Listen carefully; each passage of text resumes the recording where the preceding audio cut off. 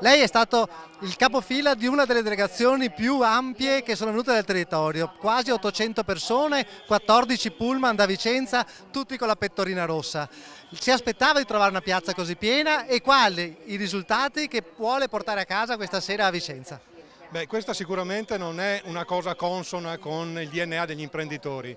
Siamo rimasti anche noi molto esterrefatti quando all'apertura di questa iniziativa dopo 2 ore avevamo già 400 adesioni, il che la dice lunga sullo stato d'animo degli nostri imprenditori. Quello che ci aspettiamo è di venire ascoltati e di riuscire a far capire alla burocrazia e alla politica romana in che stato è il Paese. Se oggi siamo qui è proprio perché vogliamo farlo capire in maniera forte, ripeto, con un sistema che è più consono dei lavoratori dipendenti piuttosto che degli imprenditori. Però siamo arrivati anche a questo, lo devono capire un po' tutti. Si aspettava una piazza del popolo così piena a mezz'ora dall'inizio dell'iniziativa?